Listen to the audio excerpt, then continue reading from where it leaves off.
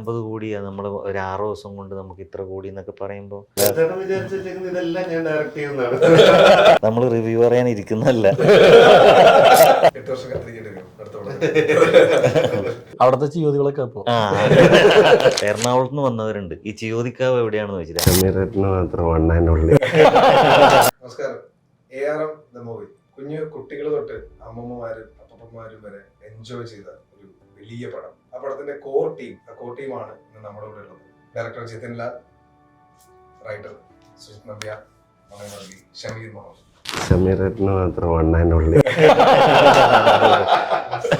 പടം ഇപ്പോ 50 കഴിഞ്ഞു, 100 കോടി കഴിഞ്ഞു, 150 എത്തി നിൽക്കുകയാണ്. അതിന്റെ ഒരു ഫീൽ. കളക്ഷൻ ഫിഗേഴ്സ് അല്ല എക്സൈറ്റ് ചെയ്യുന്നത്. നമുക്ക് സിനിമയിലൊരു കോൺഫിഡൻസ് ഉണ്ടായിരുന്നു. അതനുസരിച്ചിട്ടുള്ള വിജയം ജനങ്ങൾ നമുക്ക് തന്നു. ഒരുപാട് പേര് 5, 6, 10 തവണ കാണുന്ന ഒരു സിനിമ ആവുമെന്ന് നമ്മൾ ഒരിക്കലും വിചാരിച്ചില്ല. അത് നമ്മള് തീർച്ചയായും അത് ഈ ഒരു ടൈം കാലത്തില് ഒരു സിനിമ തന്നെ ഒരു പ്രാവശ്യം കാണാം പാടുപെടുന്നു എന്നൊക്കെ ഉള്ള ഒരു സിറ്റുവേഷനിൽ ഇരിക്കുമ്പോഴത്തേക്ക് നമ്മുടെ സിനിമ ആൾക്കാര് അത്രയും മൾട്ടിപ്പിൾ ആയിട്ട് കാണുന്നു. അതിന്റെ സീൻസ് റീക്രിയേറ്റ് ചെയ്യുന്നു, സോങ്സ് റീക്രിയേറ്റ് ചെയ്യുന്നു, ഇഷ്ടംപോലെ റീൽസ് വരുന്നു. എല്ലാ സോങ്ങുകളും ഭയങ്കരമായിട്ട് വൈറലാണ്. ആദ്യം മറ്റേ കിളിയായിരുന്നു, ഇപ്പൊ മറ്റേ അങ്ങുവാനക്കൊമ്പില്. പിന്നെ അത് കഴിഞ്ഞപ്പോ ബൈരം പാട്ട് ഭയങ്കരമായിട്ട് ഇതാകുന്നു. പിന്നെ അതെല്ലാം വെച്ചിട്ട് പല വേർഷൻസ് വരുന്നു. അപ്പൊ അങ്ങനെ ഒരു സിറ്റുവേഷനിലോട്ട് അല്ലെങ്കിൽ അങ്ങനത്തെ ഒരു കോണ്ടന്റ്സ് അതിൽ നിന്ന് റീക്രിയേറ്റ് ചെയ്യും. നമ്മൾ കണ്ടോണ്ട് വന്ന ഒരു ടൈപ്സ് ബ്രേക്ക് ചെയ്യുന്ന രീതിയിലോട്ട് മാറുമെന്നൊന്നും നമ്മൾ അങ്ങനെയൊന്നും വിചാരിച്ചില്ല. പക്ഷെ അതിൽ ഭയങ്കര സന്തോഷമുണ്ട്. പിന്നെ ഈ പറയുന്ന പല പുറത്തുള്ള ആൾക്കാർ പോറ്റിട്ട് വന്നപ്പോഴത്തേക്ക് ഫോറിനേഴ്സ് ആണെങ്കിലും അവര് നമ്മള് എവിടെയൊക്കെയോ ഒളിപ്പിച്ച് വെച്ച പല കാര്യങ്ങളും ഒക്കെ അത് ഈ പറയുന്ന ഡീകോഡ് ചെയ്തൊക്കെ എടുത്തു തുടങ്ങി. അതിനെ കുറിച്ചൊക്കെ എല്ലാരും മണിയൻ മരിച്ചോ അങ്ങനെയൊക്കെയുള്ള ഇതൊക്കെ ചോദിക്കുമ്പോ നമ്മള് എന്തൊക്കെയാണോ നമ്മളതില് വെച്ചിരുന്നത് അതെല്ലാം ആൾക്കാര് നോട്ടീസ് ചെയ്ത് തുടങ്ങി എന്നുള്ളതും അതിനെ കുറിച്ച് ചർച്ച ചെയ്യുന്നു. സിനിമ കഴിഞ്ഞപ്പോൾ ഉള്ള ചർച്ച, ഒരു സിനിമ നമ്മൾ കണ്ടിറങ്ങി ആ സിനിമയായിട്ട് തിരിച്ച് വീട്ടിലേക്ക് പോകുക, അതിനെ കുറിച്ച് സംസാരിക്കുക. അതാണ് നമ്മളെ പോലുള്ള ക്രിയേറ്റേഴ്സിന് ആർട്ടിസ്റ്റിനും ഒക്കെ കിട്ടുന്ന ഏറ്റവും വലിയ ഇത്. ഫിഗർ പ്രൊഡ്യൂസറിലാണല്ലോ. അതെ, പടം ഇറങ്ങി അന്നോട്ട് നോക്കുകയാണെങ്കിൽ സ്റ്റോറീസ് ഇടുന്ന സ്റ്റോറീസ് ആയിരുന്നെല്ലാം എല്ലാ ദിവസവും എനിക്ക് ഇന്നും പടത്തിന്റെ ഇതിന് ഇൻസ്റ്റൊക്കെ ഹാങ് ആയി മെസ്സേജ് വന്നിട്ട്. ഏറ്റവും കൂടുതൽ ഈ സ്റ്റോറി റീഷെയർ ചെയ്യുന്നു, കമന്റ് ചെയ്യുന്നു, ബ്ലോക്ക് ചെയ്തു. ഓരോ പാട്ടുകള് ഓരോ ആൾക്കാര് ഒരുപാട് പേർക്ക് അത് ചെയ്യാനായിട്ടുള്ളൊരു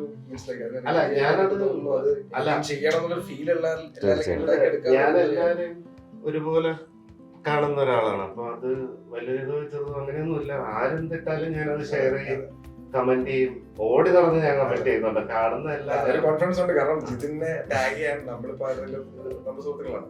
അപ്പൊ ആരെങ്കിലും ഇതിനെ കൂടെ ടാഗ് ചെയ്തോളൂ എന്ന് ധൈര്യമായിട്ട് പറയാൻ പറ്റുന്ന എന്താണെന്ന് വെച്ചാൽ ഉറപ്പാണ് അതെ, വളരെ സന്തോഷം. കാരണം നമ്മൾ അങ്ങനെ ഒരു സിനിമ എടുക്കുന്നു, ഇത്രയും സ്വീകരിക്കപ്പെടുന്നുള്ള പ്രതീക്ഷകൾ നമ്മുടെ ആഗ്രഹം മാത്രമാണ്. പക്ഷെ അതിൻ്റെ അപ്പുറത്തോട്ട് ജനങ്ങൾ സ്വീകരിക്കുക എന്ന് പറയുന്നത് പിന്നെ ഈ കോടികളുടെ കണക്കൊന്നും നമ്മൾ അന്നും ഒരിക്കലും എക്സൈറ്റ് ചെയ്യിപ്പിച്ചില്ല. ഇപ്പം ഞാൻ ജിതിനോട് ഇത് 50 കോടിയാണ് നമ്മൾ ഒരു 6 ദിവസം കൊണ്ട് നമുക്ക് ഇത്ര കോടി എന്നൊക്കെ പറയുമ്പോൾ ജിതിൻ എന്നെ വിളിച്ച് ചോദിക്കുകയാണ്, ഇതെന്താ ചേട്ടാ നമുക്കൊരു എക്സൈറ്റ്മെൻറ്റ് ഇതിലൊന്നും തോന്നാത്തതെന്ന് വെച്ചു. അപ്പോൾ സത്യം പറഞ്ഞാൽ ഞാൻ എൻ്റെ നാട്ടിൽ പോയി ജിതിൻ്റെ മറ്റു യാത്രകളൊക്കെ ആയിട്ട് പോകുന്നു. ഞാൻ പഞ്ചായത്തിൽ പോയിട്ട് ജോലി ചെയ്യാൻ തുടങ്ങിയിട്ടുണ്ട്. അപ്പോൾ എനിക്കിതിങ്ങനെ കാണുന്നുണ്ട് 50 കോടി വരുന്നു, 60 കോടി. പക്ഷെ അതിനേക്കാളും കണ്ടവർ ഒരുപാട് പേര് വിളിച്ചിട്ട് ഈ പറഞ്ഞതുപോലെ 3 തവണ 4 തവണ കണ്ടു. തിയേറ്റർ ഓണേഴ്സ് വിളിച്ചിട്ട് പറഞ്ഞവരുണ്ട്. അത് എനിക്ക് ഭയങ്കര നമുക്കൊരു വല്ലാത്തൊരു അനുഭവമായിട്ട് തോന്നിയത്. പല തിയേറ്റർ ഓണേഴ്സും വിളിച്ചു വന്നിരുന്നു. ഞാൻ നമ്മുടെ ഒരു നീലേശ്വരം എന്ന് പറഞ്ഞൊരു സാധാരണ നാട്ടിൻ പുറത്താണ്. അവിടെ സിനിമ കണ്ടവര് പോന്ന വഴി വീട്ടിൽ വന്ന് കയറിയിട്ട് ഇങ്ങനെ അച്ഛനും അമ്മയോട് ഇന്നാളെ വീടല്ലേ എന്ന് പറഞ്ഞിട്ട് കണ്ടേ പോകുമെന്ന് പറഞ്ഞ് നിന്ന് കേസൊക്കെ ഉണ്ടായി. അപ്പൊ അത് അവിടുത്തെ ചിയോതികളൊക്കെ ആൾക്കാർ ഇത് ചോദിച്ചു. അതായത് ഇപ്പോൾ റിയാസ് മിനിസ്റ്റർ അവസാനം അത് ഷെയർ ചെയ്യേണ്ടി വന്നു. ഈ ചിയോതിക്കാവ് എവിടെയാണെന്ന് പറഞ്ഞിട്ട് വളരെ ദൂരെ നിന്ന് വാഹനങ്ങൾ എടുത്തിട്ട് ഈ പ്രദേശത്ത് വന്നവരുണ്ട്. കോഴിക്കോട് നിന്നും എറണാകുളത്ത് നിന്ന് വന്നവരുണ്ട്, ഈ ചിയോദിക്കാവ് എവിടെയാണെന്ന് വെച്ചിട്ട് അങ്ങനെ. സൂപ്പർ ഹിറ്റ് സിനിമ ഉണ്ടാവുക എന്നുള്ളത് നമുക്ക് ഒരു പുതിയ കാര്യമല്ല. പക്ഷെ ആ സിനിമയിലെ ഓരോ സീക്വൻസിനെയും ഇത്രയേറെ ഇഷ്ടപ്പെടാൻ പറ്റാന്ന് പറയുന്നത് തീർച്ചയായും. അല്ല നമ്മള് സിനിമ എന്റെ ബേസിക്കലി ടാർഗറ്റ് ഓഡിയൻസ് സാധാരണ തിയേറ്ററിൽ പോകുന്ന അല്ലെങ്കിൽ പൊയ്ക്കൊണ്ടിരുന്ന എൻജോയ് ചെയ്യാൻ പോകുന്ന ആൾക്കാരാണ്. അവരെ സാറ്റിസ്ഫൈ ചെയ്യുക എന്നുള്ളത്, അവരെ ഹാപ്പി ആക്കുക, ആ ലെയ്മാനെ ഹാപ്പി ആക്കുക എന്നുള്ളത് മാത്രമാണ്. ബാക്കി ക്രിട്ടിക്സോ അല്ലെങ്കിൽ ഈ പറയുന്ന നമ്മുടെ അതില് പല എല്ലാ പോസിറ്റീവ് ആണെങ്കിലും നെഗറ്റീവ് ആണെങ്കിലും നമ്മൾ സ്വീകരിക്കുന്നുണ്ട്. അല്ലെങ്കിൽ അതിന് പല രീതിയിലും മൂടി വെക്കാൻ നോക്കി അതിന് എത്രയൊക്കെ ആണെങ്കിലും അത് പുറത്തേക്ക് വരും എന്ന് പറയുന്ന പോലെ അങ്ങനെ രീതിയിൽ ഓഡിയൻസ് സിനിമ ഏറ്റെടുത്ത് രൂക്ഷ വിമർശനങ്ങൾ ഇഷ്ടം പോലെ ഉണ്ടായിട്ടുണ്ട്. അതായത് സിനിമ അങ്ങനെ ഒരു യുനാനിമസ്ലി ഇത് എക്കാലത്തെയും മാസ്റ്റർ ക്ലാസ് എന്നൊന്നും നമ്മൾ അവകാശപ്പെട്ടിട്ടില്ല. പക്ഷെ സിനിമയെ രൂക്ഷമായിട്ട് വിമർശിച്ചിട്ടില്ല, അതും നമ്മൾ ഉൾക്കൊള്ളുന്നു. പക്ഷെ അതിൽ പറഞ്ഞിരുന്ന പല വിമർശനങ്ങളും, ചില വിമർശനങ്ങൾ, ഞാൻ പറഞ്ഞത് വിമർശനങ്ങൾ നമ്മൾ ഉൾക്കൊള്ളണം. ഒരു സൃഷ്ടി പറയുമ്പോൾ എന്തായാലും ഉണ്ടാവും. പക്ഷെ ചില വിമർശനങ്ങളുടെ പിന്നാമ്പുറങ്ങൾ പരിധി പോകുമ്പോൾ നമുക്ക് വിചിത്രമായിട്ടുള്ള കാര്യങ്ങളൊക്കെ നമുക്ക് കിട്ടിയിട്ടുണ്ട്. നമുക്ക് അങ്ങനെ സിനിമയുടെ പൊളിറ്റിക്സോ പ്രൊപ്പഗൻഡയോ കാര്യങ്ങളോ ഒന്നും അറിയത്തില്ല. പക്ഷെ നമ്മള് ഇത് ഇങ്ങനെ അല്ലേ എന്നൊക്കെ ഉള്ള ഇത് ചെയ്യുമ്പോഴത്തേക്ക് നമ്മളൊരു സാധാരണ രീതി നമ്മളെ പാഷന്റെ പുറത്ത് നമ്മളൊരു സിനിമ ചെയ്തു. അത് ഇത്രയും നാളൊരു 7-8 വർഷമായിട്ട് നമ്മൾ പണിയെടുത്തൊരു സിനിമ ചെയ്തു. ഇനിയും ഒരുപാട് സിനിമ ചെയ്യണമെന്ന് ആഗ്രഹമുണ്ട്. എനിക്ക് തോന്നുന്നു നമ്മള് ഷമീറേട്ടനൊക്കെ ഞാൻ ആദ്യം എന്നതിന്റെ മൊയ്തീൻ വർക്ക് ചെയ്യുന്ന സമയത്ത് ഷമീറേട്ടൻ ആ സിനിമയുടെ സ്പോട്ട് എഡിറ്റർ ആയിരുന്നു, ജോമോനേട്ടൻ ക്യാമറ ആയിരുന്നു, ടോവി അതില് സപ്പോർട്ടിങ് റോൾ ചെയ്യുന്നു, സുരഭി അതിലുണ്ട്. എല്ലാരും അവരെല്ലാരും പറ്റുന്നവരെയൊക്കെ പിക്ക് ചെയ്തിട്ട്. പക്ഷെ നീ പടം തുടങ്ങിയപ്പോ എന്നെ ആയിരുന്നില്ല. അതെ, എല്ലാത്തിനും മറ്റേ കറങ്ങി തിരിഞ്ഞ് വരേണ്ട രീതിയിൽ സംഭവിക്കുന്ന പറയുന്നത്. പിന്നെ ഷമീറൊക്കെ വന്നു കഴിഞ്ഞപ്പോഴത്തേക്കാണ് മറ്റേ എന്താണ് ഇതിന്റെ ഐശ്വര്യം ഷമീറ. അല്ല, ജിതിൻ എൻ്റെ അടുത്ത്, ഞാൻ ജിതിനൊരു ദിവസം ഞാൻ മുമ്പ് പരിചയമുള്ള, അപ്പൊ ജിതിനെ കാണുമ്പോൾ നിന്റെ പടത്തിന് എന്നെ ഒന്നും വിളിച്ചില്ലല്ലോ എന്ന് പറഞ്ഞു. അത് കഴിഞ്ഞ് കുറേ ദിവസം കഴിഞ്ഞിട്ട് ജിതിൻ എന്നെ വിളിച്ചിട്ട് പറഞ്ഞു ഇങ്ങനൊരു പരിപാടി ഉണ്ട് പറഞ്ഞു. ഞാൻ സ്ക്രിപ്റ്റ് വായിക്കുന്നത്. അതിനുശേഷം ജിതിനെ കണ്ടപ്പോൾ ജിതിൻ വേറൊരു DOPനെ പറ്റി പറഞ്ഞ് അതിൻ്റെ ആദ്യത്തെ ആ ഉൽക്ക് വീഴുന്ന സീൻ എന്തിനാന്ന് ചോദിച്ചു പറഞ്ഞു. അപ്പം ഞാൻ പറഞ്ഞു ആ സീൻ എന്തിനാന്ന് ചോദിച്ച ആളെ വെച്ചിട്ട് ആ പടം ചെയ്യാൻ പാടായിരിക്കും, കാരണം പുള്ളിക്കത് കിട്ടിയിട്ടുണ്ടാവില്ല. ഭയങ്കര കൊമേഴ്ഷ്യൽ സാധാരണ ഇതില് അപ്പൊ ഭയങ്കര റിയലിസ്റ്റിക് ആയിട്ടുള്ള സിനിമ ചെയ്യുന്ന ഒരാളിലേക്ക് പോകുമ്പോഴത്തേക്ക് ചിലപ്പോൾ അവരുടെ എന്റെ വിഷനും അവരുടെ വിഷനും മാച്ച് ആവണമെന്നില്ല. അപ്പൊ ഞാൻ ഒരുപാട് ഇപ്പൊ ആദ്യമേ ജോമോൻ ചേട്ടൻ എന്നുള്ളത് സ്ക്രിപ്റ്റ് വായിച്ചപ്പോ മുതൽ നമ്മൾ പ്ലാൻ ചെയ്താ. പക്ഷെ പുള്ളിയുടെ തിരക്ക് കാരണം ചെയ്തില്ല. അതിനുശേഷം ജോമോനോട് ആദ്യം കഥ പറഞ്ഞു ഞാനാ. ഞാനത് വായിച്ചതിന് ശേഷം ചെന്നൈയിൽ ഇരുന്നിട്ട് അവൻ്റെ അടുത്ത് വിളിച്ച് പറഞ്ഞു. അത് ഇവർക്ക് അറിയില്ല. ഈ ഉൽക്ക വന്ന് വീഴുന്ന സീക്വൻസ് അപ്പൊ തന്നെ ഒരു അക്സെപ്റ്റൻസ് എത്രത്തോളായിരുന്നു? അല്ല, അവന് ജോമോന് കറക്റ്റ് ആയിട്ട് കിട്ടി. കാരണം നമ്മളാ അത് കഴിഞ്ഞിട്ട് ഞാൻ ഇപ്പം പ്രീ വിഷ്വലൈസേഷൻ ചെയ്ത് മൊത്തത്തിൽ വീഡിയോ ഇതാണ് എനിക്ക് വേണ്ടതെന്ന്. ജിതിൻ ഈ കഥ പറയാൻ പറ്റുന്ന സമയത്ത് ഇതിന്റെ ഒരു 50 മിനിറ്റ് വീഡിയോ ഉണ്ട്. 3D ഒരു ചെറിയ സിനിമ ചെയ്യാനുള്ള ബഡ്ജറ്റിൽ ചെയ്യാവുന്ന സാധനം ആരോഗ്യ കാല് പിടിച്ച് ജിതിൻ സെറ്റാക്കി വെച്ചിട്ടുണ്ട്. അപ്പൊ അതില് നമ്മളിപ്പോ ഗെയിമിലൊക്കെ കാണുന്ന പോലെ ആ ക്വാളിറ്റിയിൽ നമ്മൾ ഇതിന്റെ എല്ലാ ഷോർട്സും സീൻസ് ഒക്കെ ഉണ്ട്. ഇതിന്റെ മെയിൻ സീക്വൻസ് മൊത്തം ഉണ്ട്, അല്ലാത്തത് വരച്ചു വെച്ചിട്ടുണ്ട് അല്ലെ. അത്രയും പരിപാടികൾ ഫസ്റ്റ് ലുക്ക് പോസ്റ്റർ, അതായത് ആദ്യത്തെ ഫസ്റ്റ് ലുക്ക് പോസ്റ്റർ ശരിക്കും പറഞ്ഞ ഒരു ഗെയിം പോലെ ഒരു സംഭവം തന്നെയാണ് ആ പോസ്റ്റർ പോലെ. അതിനകത്ത് വെച്ച് നമ്മളെല്ലാം എല്ലാ കണ്ടന്റും സിനിമയുടെ മൊത്തം കണ്ടന്റ് പോസ്റ്റർ ഇന്നും ആ പോസ്റ്റർ എടുത്ത് നോക്കിക്കഴിഞ്ഞാൽ അതിനകത്ത് ആ 3 ആൾക്കാരും ചവിട്ടി നിൽക്കുന്നത് ആമയുടെ പുറത്താണ്. അപ്പൊ അത് തന്നെയായിരുന്നു സിനിമയുടെ കണ്ടന്റ്. പക്ഷെ ആ പോസ്റ്ററും കൊണ്ട് നമ്മൾ കുറെ വർഷം ഇങ്ങനെ രണ്ടുപേരും ജീവിച്ചു എന്നുള്ളതാണ്. വിഷു, ഓണം, ഈസ്റ്റർ. ഞാനും എൻ്റെ അടുത്ത് പറഞ്ഞു എന്ന് വെച്ചാൽ എല്ലാ ആഘോഷങ്ങൾക്കും പോസ്റ്റർ എടുക്കും. ഞാൻ പറഞ്ഞു ശനി ഞാനും കൂടെ ഇറക്കാനുള്ളൂ. അല്ല, അപ്പൊ ഞാൻ ചോദിച്ചു ടോഫീനെ കണ്ട എന്തായാലും പെട്ടെന്ന് വരുള്ളൂ. ടോഫീനെ ഓർമ്മ വേണ്ടിട്ട് മറ്റേ ദുഃഖവള്ളി ഏലം ഒരു പോസ്റ്റർ എടുക്കും. അല്ല, ഇതാരെങ്കിലും വിശ്വസിക്കണ്ടേ? ഇത് നമ്മളൊരാളെ വിശ്വസിച്ച് കഴിഞ്ഞാൽ ഇത് സിനിമയാവുള്ളൂ. അപ്പം ടോവി വിശ്വസിക്കുന്ന ഒരു ഘട്ടത്തിലെത്തുമ്പോൾ അപ്പോൾ പിന്നീട് യാത്ര ചെയ്യാന്ന് പറയുന്നു. അങ്ങനെ ഒരു അതിപ്പോ ആരും കുറ്റം പറയാൻ പറ്റില്ല. ഞാൻ എന്റെ ഒരു മൊത്തത്തിലുള്ള നേച്ചറിൽ ഞാൻ ഇതെങ്ങനെ ചെയ്യും എന്നുള്ള ഒരു സാധനം എല്ലാവർക്കും ഉണ്ടായിരുന്നു. നമ്മളങ്ങനെ ഒരു അങ്ങനത്തെ സംഭവമില്ല, അങ്ങനത്തെ സംഭവമായിട്ടൊന്നുമില്ല. പടം വലുതായ കാരണം പോയതാണ്. കാരണം ഇവൻ ഞാൻ പറഞ്ഞില്ല, ഇപ്പൊ കഥ പറയാൻ വരുന്ന സമയത്ത് ഇവരിൽ പ്രീവിയസ് സാധനം ഉണ്ട്. അത് അല്ലാതൊരു പുറത്തുനിന്ന് ഒരാള് നോക്കി കാണുമ്പം നമ്മള് കുറെ രീതിയിൽ ജഡ്ജ് ചെയ്യപ്പെടുമല്ലോ. അപ്പം ആ ഒരു വേർഷനിൽ നോക്കുമ്പോഴത്തേക്ക് എല്ലാവർക്കും തീർച്ചയായും. പുതിയ സംവിധായകനാണ്. കഥ എത്രത്തോളം വലിയൊരു കഥയാണ്, എത്രത്തോളം വലിയൊരു ബഡ്ജറ്റ്. പിന്നെ ഈ കോവിഡിന്റെ ഒക്കെ സിറ്റുവേഷൻ വരുന്നതോടുകൂടി സെനാരിയോ ഒക്കെ മാറുന്നു. അപ്പൊ ഞാൻ ആദ്യത്തെ ദിവസം ഷൂട്ട് പാക്കപ്പ് ചെയ്ത് 4 ദിവസം കഴിഞ്ഞിട്ട് രാത്രി പകല് ഇവർക്കെല്ലാം എന്റെ സൈക്കോ രാത്രി പകലൊക്കെ ഷൂട്ട് പാക്കപ്പ് വിളിക്കുന്നില്ല. ഞാൻ അങ്ങ് ഷൂട്ട് ചെയ്തോണ്ടിരിക്കുക. എനിക്ക് തോന്നുന്നു പ്ലാൻ ചെയ്യാത്തൊക്കെ ആ സ്റ്റാർട്ടിങ്, എനിക്ക് തോന്നുന്നു ആ ഹെയ്സ് സീക്വൻസിന്റെ ഓപ്പണിങ് കയറ് കെട്ടി ഇറങ്ങുന്ന കൊട്ടാരത്തിലേക്ക് ഇറങ്ങുന്നതാണ് ഫസ്റ്റ് ഷൂട്ട് ചെയ്യുന്നത്. അത് ആക്ച്വലി പ്രീവിയസ് പ്രകാരം ചുമ്മാ കെട്ടി ഇറങ്ങുന്നു, 1-2 പേര് എന്തോ ചെയ്യുന്നു, ഒരു ഡോറിനകത്ത് കയറുന്നു, ചേമ്പറിനകത്ത് കയറുന്നു എന്നൊക്കെ ഉള്ളതായിരുന്നു. അത് ആ അമ്പലത്തിലോട്ട് കയറി കഴിഞ്ഞപ്പോൾ എനിക്ക് എന്തൊക്കെയോ കുറെ ഇങ്ങനെ ഡൗൺലോഡ് ചെയ്ത് വരുന്നത് പോലെ പല സാധനങ്ങൾ തോന്നി. അപ്പൊ ആക്ഷൻ ഡയറക്ടർ ഓൾറെഡി വരുന്നില്ല എന്നൊക്കെ ഉള്ള പ്രശ്നത്തിലായിരുന്നു. പിന്നെ വേറൊരാളാണ് തലേ ദിവസം വിളിച്ചു പറഞ്ഞിട്ട് നമ്മൾ ഗോവയുടെ ഒക്കെ ചെയ്ത തൻപ്രസാദ് വരുന്നു. അപ്പം പുള്ളിയായിട്ടുള്ളൊരു കണക്ഷൻ സെറ്റ് ആവാൻ കുറച്ച് ടൈം എടുത്തു. കാരണം പുള്ളി പെട്ടെന്ന് വന്നതാണ്, പുള്ളിക്ക് നമ്മൾ എന്താ ഉദ്ദേശിക്കുന്നത് എന്നുള്ളത് മനസ്സിലാക്കി കൊടുക്കാൻ പറ്റുന്നില്ല. അപ്പോൾ കളരി ആശാനുണ്ട്, ആശാന്റെ മോനുണ്ട്, ഇതിനെയൊക്കെ വെച്ചിട്ട് ഞാനൊരു സാധനം കാണിച്ചു കൊടുത്തു. ഇത്രയും മാത്രമേ. അപ്പോഴത്തേക്കാണ് ഈ തൂണ് കാണുമ്പോഴത്തേക്കാണ് ഞാൻ വിചാരിച്ചത് ഇതിന്റെ മുകളിൽ മറ്റേ ബാറ്റ്മാൻ ഒക്കെ ഇരിക്കുന്ന പോലെ ടോണി ഇരുന്നിട്ട് ചാടി വന്നിട്ട് നമ്മുടെ ഈ ഇങ്ങനത്തെ കുത്ത് കളരി, അത് നമ്മള് പല ഐക്കോണിക് ആയിട്ട് നമ്മൾ എല്ലാത്തിലും കണ്ടിട്ടുള്ളതാണ്. അപ്പൊ അങ്ങനെ ഒരു സാധനം കൊടുക്കുന്നു. അതൊക്കെ അപ്പം സ്പോട്ടില് നമ്മൾ പ്ലാൻ ചെയ്തിട്ട് ഫൈറ്റ് മാസ്റ്റർ വരെ സ്പോട്ടിൽ ഫിക്സ് ചെയ്തോണ്ടിരുന്നത്. അങ്ങനെ കുറെ എനിക്ക് അങ്ങനെ സിനിമ ചെയ്യുന്ന സമയത്ത് ഒരിക്കലും ഇംപ്രവൈസ് ചെയ്യേണ്ടി വരരുത്, ഓൺസെറ്റ് ഇംപ്രവൈസ് ചെയ്യേണ്ടി വരരുത്. നമ്മൾ ചെന്നിട്ട് ഇത് എങ്ങനെയാണോ പ്ലാൻ ചെയ്തത് അതുപോലെ ഷൂട്ട് ചെയ്യണമെന്നൊക്കെ വിചാരിച്ചിട്ട് അതൊക്കെ ഭയങ്കരമായിട്ട് ബ്രേക്ക് ആയിട്ട് കുറെ നമ്മൾ ഇംപ്രവൈസ് ചെയ്ത് തന്നെ ഷൂട്ട് ചെയ്തിട്ടുണ്ട് പല ഏരിയാസ്. എനിക്ക് തോന്നുന്നു ആ ഫയർബോൾ ഒക്കെ നമ്മൾ ഷൂട്ടിന്റെ തലേ ദിവസം പ്ലാൻ ചെയ്തിട്ടാണ് ചെയ്തത്. പടത്തിന്റെ പാട്ടുകളിലേക്ക് വരും. സിനിമ കണ്ടതിന് ശേഷം വീണ്ടും ആ പാട്ട് അല്ലെങ്കിൽ ട്രെയിലർ അല്ലെങ്കിൽ അതിലൊരു ഒരു പടത്തിന്റെ പ്രൊമോഷന് യൂസ് ചെയ്തിട്ടുള്ള ഒരു പോസ്റ്റർ നോക്കുമ്പോൾ നമുക്ക് ശരിക്കും അവിടെ കണക്ട് ചെയ്യാൻ പറ്റും. പാട്ടുകൾ അതുപോലെ തന്നെയാണ്. പാട്ടിൽ തന്നെ ശരിക്കും കഥയുടെ പല പല സംഭവങ്ങളുണ്ട്.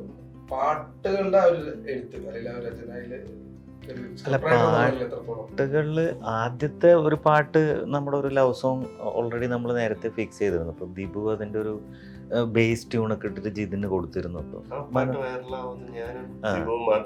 പറഞ്ഞു നമുക്കൊക്കെ അഭിപ്രായ വ്യത്യാസം തോന്നിയിരുന്നു. ഞാൻ പറഞ്ഞു എന്നെ ഒരാൾ വിളിച്ച് അങ്ങനെ, കാരണം അതിനൊരു തമിഴ് കൾച്ചർ ഉണ്ടായിരുന്നു എന്നുള്ള സംശയത്തിലൊക്കെ ആയിരുന്നു അങ്ങനെ പറഞ്ഞിരുന്നത്. ഈ പ്രൊഡക്ഷൻ ഫൈനൽ ഇതൊക്കെ ആയി വരുമ്പോഴത്തെ ലേയേഴ്സ് ഒക്കെ ആയി വരുമ്പോഴേ അതിന്റെ ഒരു പരിപാടിയാണ്. എനിക്ക് തോന്നുന്നു നമ്മൾ അതിലാകെ അഡീഷണൽ ആയിട്ട് പറഞ്ഞത് റിതത്തിനല്ലേ, റിതം ഫൈനൽ മിക്സ് ചെയ്തപ്പോ കുറച്ചിട്ട് വീണ്ടും നമ്മൾ ആഡ് ചെയ്തത്. അതെ അതെ, ചെണ്ട അതിലേക്ക് ആഡ് ആവുന്നു. പിന്നെ ചിയോതിക്കാവില് അങ്ങനെയുള്ള കാര്യങ്ങള് അത് മാത്രം നമ്മൾ സ്പെസിഫിക്. അത് നമ്മൾ ലിറിക്സ് എഴുതുമ്പോ ഒന്നിച്ചിരുന്നിരുന്നു. മനുവും നമ്മൾ ജിതിനുണ്ടായിരുന്നു. അങ്ങുവാന കോണിലും ഇത് രണ്ടും നമ്മൾ ഒരു 2 ദിവസം കൊണ്ട് ചെയ്തത്. സ്ക്രിപ്റ്റിൽ തന്നെ സുഹൃത്തായിട്ടും കുറെ വേർഡ്സ് ഇത് ചെയ്ത് വെച്ചിരുന്നു. ആ വേർഡ്സ് എല്ലാം മനുവിന് കൊടുത്തപ്പോ മനു അതിനെ പോയട്രി, കാരണം അത് പാട്ടായി മാറണ്ടേ. ഞാനത് പാട്ടായിട്ടല്ല, ഒരു അമ്മമ്മ കുട്ടിയോട് പറയുമ്പോ പാട്ടാണ് ആക്ച്വലി ക്ലൂ. അത് നമ്മള് ഉൾക്കൊള്ളുന്ന രീതിയിൽ പറഞ്ഞു കൊടുത്താണ്. അപ്പൊ അത് അവനോട് ചെറിയ കുട്ടിക്ക് അമ്മമ്മക്ക് ആ രഹസ്യം പറയാൻ പറ്റില്ല. അപ്പൊ അവര് കുറേ കൂടെ ക്രൂക്കഡാണ്. അതൊരു രീതിയിൽ ഞാൻ എഴുതി വെച്ചിരുന്നു. പിന്നീട് അവരതൊരു പാട്ടുണ്ടാക്കാൻ ശ്രമിച്ച സമയത്ത് മറ്റു വഴികൾ നോക്കി. പക്ഷെ അപ്പോൾ ദിബുവാണ് പറയുന്നത് ഇതാണ് ഇതിന്റെ മീറ്റർ, ഇത് മാറ്റണ്ട. പിന്നീട് അതിനെ ഒരു പാട്ടാക്കി മാറ്റി. അതും വന്നത് കുട്ടികൾ പാടുന്ന സാധനം അയച്ചു തന്നിട്ട് നമ്മൾ അതിനെ വേറെ രീതിയിൽ ദിബുവിൻ്റെതായിട്ടുള്ള രീതിയിൽ അത് റീക്രിയേറ്റ് ചെയ്യായിരുന്നു. അത് ഈ ഭൈരവൻ എന്ന് പറഞ്ഞിട്ടുള്ളൊരു തെയ്യത്തിന്റെ പാട്ടാണ്. അപ്പോൾ മണിയൻ, നമ്മൾ ഓൾറെഡി സിനിമയിൽ അങ്ങനെ ഒരു റെഫറൻസും ഉണ്ട്. ഈ മണിയൻ ഈസ്റ്റിന് തോറ്റാണ് എന്ന് പറയുന്നുണ്ട്. ആ സമയത്താണ് അവർ മോഷ്ടിക്കാൻ കയറുന്നത്. അപ്പൊ തെയ്യം എന്തായാലും കാണിക്കണ്ട എന്നുള്ളത് നമ്മൾ നേരത്തെ തീരുമാനിച്ചതാണ്. അപ്പൊ അതനുസരിച്ചിട്ട് അതിനത് പ്ലാൻ ചെയ്തു. പാട്ട് പക്ഷെ അതൊരു കോള് ഭയങ്കര എനിക്ക് തോന്നിയത് ചിലപ്പോൾ അത് ജിതിൻ്റെ ഒരു ഡിസിഷൻ അവിടെ നന്നായിട്ട് വന്നു. അപ്പം എനിക്കത് സംശയം ഉണ്ടായിരുന്നു. ഞാനൊരു സജഷൻ ചോദിച്ച സമയത്തൊക്കെ. അപ്പോൾ ഈ ഭൈരവനാകുന്നതെന്ന് പറഞ്ഞാൽ ഇയാൾ മണിയനാകുന്നേ എന്നുള്ളതാണ്. ഇയാൾ ഓടാൻ തുടങ്ങുന്ന മുതൽ ഇയാളിലൊരു മണിയനുണ്ട് അജയൻ. അപ്പം തോറ്റം അങ്ങനെയാണ്. അതിൻ്റെ മീനിങ് എന്ന് പറയുന്നത് ശിവൻ്റെ ഒരു ഭൂതഗണമാണ് ഈ ഭൈരവൻ എന്ന് പറയുന്നത്. അപ്പോൾ അയാളായി മാറുന്നു എന്നുള്ള പ്രോസസ്സാണ്. അപ്പോൾ അത് ഒരു ക്ലൈമാക്സിൽ ഇങ്ങനെ ഒരു പാട്ട് ആക്ഷനിൽ വന്നാൽ സ്വീകരിക്കപ്പെടുമോ? കാരണം അത് ഷമീർ ഏട്ടൻ നമ്മള് എഡിറ്റ് ചെയ്യുന്ന സമയത്ത് ആ ഏരിയ മൊത്തം വേറൊരു മൂഡിലോട്ട് നമ്മള് സ്ക്രിപ്റ്റിൽ ഇല്ലാത്തൊരു പ്ലാനിലോട്ട് ചെയ്തിരുന്നത്. അത് ഭയങ്കരമായിട്ട് അങ്ങനെ എനിക്ക് അവിടെ ഒരു പാട്ട് വേണമെന്നുണ്ടായിരുന്നു. പക്ഷെ അത് കറക്റ്റ് ആയതനുസരിച്ച് കാരണം അത് കറക്റ്റായിട്ട് അത് ഓൾറെഡി അത് എങ്ങനെ ഷമീർക്ക് അത് ചെയ്ത് വെച്ചത് തന്നെ ആ പാട്ട് വരാൻ വേണ്ടിയാണെന്നുള്ള അത് ഓരോന്നിനും ഓരോ നിമിത്തം ഉണ്ടാവുമല്ലോ. ചിലപ്പോൾ അങ്ങനെ ആയിരിക്കും.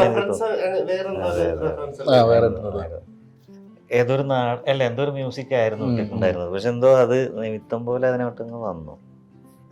എഡിറ്റിംഗ് സൈഡിലേക്ക് വരുമ്പോഴത്തേക്കും ഈ പറഞ്ഞ ഇതിന് തയ്യാറാക്കി വെച്ചിരുന്ന ആ ഒരു പ്രിപ്പറേഷൻ അല്ലെങ്കിൽ ഫ്രീ ആയിട്ട് വിഷ്വലൈസ് ചെയ്തിട്ടുള്ള ഒരു സംഭവം അതിനെ എക്സിക്യൂട്ട് ചെയ്തതിനു ശേഷം അല്ലെങ്കിൽ ആ സ്പോട്ടിൽ എല്ലാ എനിക്കൊന്ന് മറ്റ് സിനിമകളുടെ ഷൂട്ടിംഗ് അപേക്ഷിച്ച് നോക്കുമ്പോഴത്തേക്കും എല്ലാ ഈ ഒരു ലൊക്കേഷനിൽ എഡിറ്റർ എന്നുള്ള നിലയിൽ ഷമീർക്കാട് ഒരു ഇടപെടൽ തീർച്ചയായിട്ടും കാര്യമായി തന്നെ ഉണ്ടായിട്ടുണ്ട് എന്ന് മനസ്സിലാക്കാം.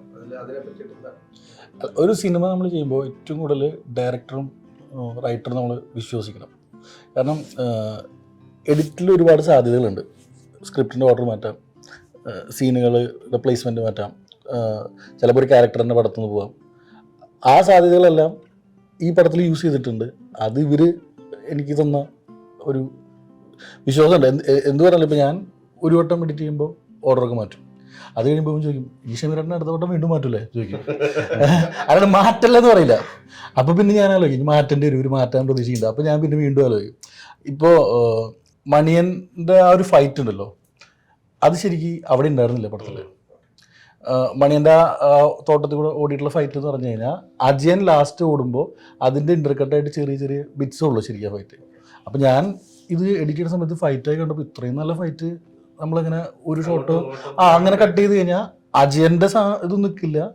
ഇതിൻ്റെ ആ ഒരു അപ്പോൾ ഞാൻ പിന്നെ നോക്കുമ്പോൾ പിന്നെ എഡിറ്റ് ചെയ്യുന്ന സമയത്ത് തന്നെ ഈ പടം ഒരു ഓൾമോസ്റ്റ് 4 മണിക്കൂർ ഉണ്ടായിരുന്നില്ല പടം. 3.5 മണിക്കൂർ ഉണ്ടായിരുന്നു. അതിൽ മണിയൻ്റെ 40 മിനിറ്റ് ഉണ്ടായിരുന്നു. അപ്പോൾ അത് ഈ സ്ക്രിപ്റ്റിൽ പല സ്ഥലത്തും നമ്മൾ പ്ലേസ് ചെയ്തിട്ടുണ്ട്. ബാക്കിയുള്ള സീൻസ് ആൾക്കാരുടെ കട്ട് ചെയ്തിട്ട് മണിയൻ്റെ ഒരു തരി പോലും കട്ട് ചെയ്തില്ല. കാരണം ഏറ്റവും സ്ട്രോങ് ആയിട്ടുള്ള ക്യാരക്ടർ മണിയനാണ്. അപ്പോൾ ഇപ്പോൾ നമ്മൾ ഇൻട്രോയിൽ പോലും നമ്മൾ ബിൽഡ് ചെയ്തെടുത്തത് മണിയൻ്റെ സെക്കൻഡ് ഹാഫിൽ എടുക്കുന്ന സീൻസ് വെച്ചിട്ടാണ്. അത് പോസിബിൾ ആവുന്നത് ഇവർ രണ്ടുപേരും സമ്മതിക്കുന്നതുകൊണ്ടാണ്. പല സമയത്തും ഇതുണ്ടാവില്ല. ഇങ്ങനെ ഡയറക്ടറിനെ ഭയങ്കരമായിട്ട് കൺവിൻസ് ചെയ്യേണ്ടി വരും. റൈറ്ററിനെ ഇത് രണ്ടും ഒരാളെ കഴിഞ്ഞാൽ ഭയങ്കര പാടാണ്. അല്ല ബേസിക്കലി ഇപ്പൊ ഞാൻ വിശ്വസിക്കുന്നതെന്ന് പറഞ്ഞു കഴിഞ്ഞാൽ ഇപ്പൊ ഞാൻ ഡയറക്ടർ. അപ്പം എനിക്ക് എന്റെ പരിപാടി ഞാൻ കറക്റ്റായിട്ട് ചെയ്യാം. ഞാനൊരു DOP-നെ വയ്ക്കുമ്പോഴത്തേക്ക് DOP-നെ ട്രസ്റ്റ് ചെയ്ത് നമുക്ക് വേണ്ട സാധനം പുള്ളിയായിട്ട് കൺവേ ചെയ്യുന്നു, അത് നമ്മൾ വാങ്ങിയെടുക്കുന്നു. അത് കഴിഞ്ഞിട്ട് നമ്മളൊരു എഡിറ്ററിലേക്ക് പോകുമ്പോഴത്തേക്ക് ഞാനൊരിക്കലും എഡിറ്റർ അല്ലല്ലോ. അപ്പൊ ഞാൻ എഡിറ്റിംഗ് പഠിച്ചിട്ടല്ല ഇരിക്കുന്നത്. പക്ഷെ നമുക്കൊരു ഒരു ബേസിക് പ്ലാൻ ഉണ്ടായിരിക്കും. സ്റ്റിൽ ആ ടെക്നീഷ്യൻ എന്ന് പറയുന്ന എഡിറ്റർ ആയതുകൊണ്ടാണല്ലോ പുള്ളിയുടെ നമ്മളത് കൊണ്ട് കൊടുക്കുന്നത്. അപ്പൊ ഞാൻ അവിടെ ചെന്നിട്ട് ഇതാണ് കട്ട് പോയിന്റ്, ഇവിടെ കട്ട് ചെയ്യണം, അത് കഴിഞ്ഞ ഉടനെ ആ സിന്റെ അപ്പുറത്ത് കട്ട് ചെയ്യണം എന്ന് പറഞ്ഞു കഴിഞ്ഞാൽ കാര്യമില്ലല്ലോ. അപ്പൊ അത്രയും ആ മേഖലയില് ടോപ്പായിട്ടിരിക്കുന്ന ഒരാളുടെ അടുത്ത് പോയിട്ട് ഞാൻ പുള്ളിനെ ട്രസ്റ്റ് ചെയ്ത് പുള്ളിയുടെ ആ ഒരു കൺവിക്ഷന് വിട്ടാലേ പറ്റത്തുള്ളൂ. അത് ആ ഒരു ഫ്രീഡം പറഞ്ഞ ഒരു മണിയന്റെ ഒരു ഇമ്പാക്ട് അതേ ഇപ്പൊ എന്താ പറയാ അമ്മുമ്മ തിരിഞ്ഞു നോക്കുന്നു. നമ്മുടെ അജയന മണി എടുത്തിട്ട് ചെറുതായിട്ട് സീക്വൻസ് ഉണ്ട്. അവിടെ മണിയനെ കാണാൻ പറ്റുന്നു. അത് ഉണ്ടായിരുന്നു, അത് അങ്ങനെ ഉണ്ടായിരുന്നു സ്ക്രിപ്റ്റിൽ ഉണ്ടായിരുന്നു. പക്ഷേ ഈ പറയുന്ന ഫസ്റ്റ് ഹാഫില് ആ മണിയന്റെ വീട്ടില് പോലീസ് വരുന്ന സാധനം അതൊക്കെ സെക്കൻഡ് ഹാഫ് ആയിരുന്നു. Second half. Second half. അപ്പൊ ഫസ്റ്റ് ഹാഫില് മണിയന്റെ കണ്ടന്റ് കുറവാണെന്ന് പറഞ്ഞിട്ട് അല്ലെങ്കിൽ അതില് first half first half trim ചെയ്ത് കുറച്ചിട്ട് സെക്കൻഡ് ഹാഫിലത്തെ മാക്സിമം ഇങ്ങോട്ട് കയറ്റിയിട്ട് ഈ ഇന്റർവെല്ലിന് നമ്മൾ ആ ഇവൻ മണിയൻ ഇങ്ങനെയാണ് ചെയ്തത് എന്ന് ഇവന് മനസ്സിലാവുന്ന രീതിയിൽ നമ്മൾ ആ കഥ പ്ലേസ് ചെയ്തവിടെ. പക്ഷെ സീൻസ് പോയെന്ന് ഒരു 3 സീനേ പോയിട്ടുള്ളൂ. പക്ഷെ അത് അതാണ് ഞാൻ സീനായിട്ട് 3 സീനൊക്കെ പോയിട്ടുള്ളൂ. പക്ഷെ എല്ലാ സീൻസിനും കുറച്ച് ഞങ്ങളിത് എഡിറ്റ് ചെയ്ത് ഗോവയിൽ പോയിരുന്ന.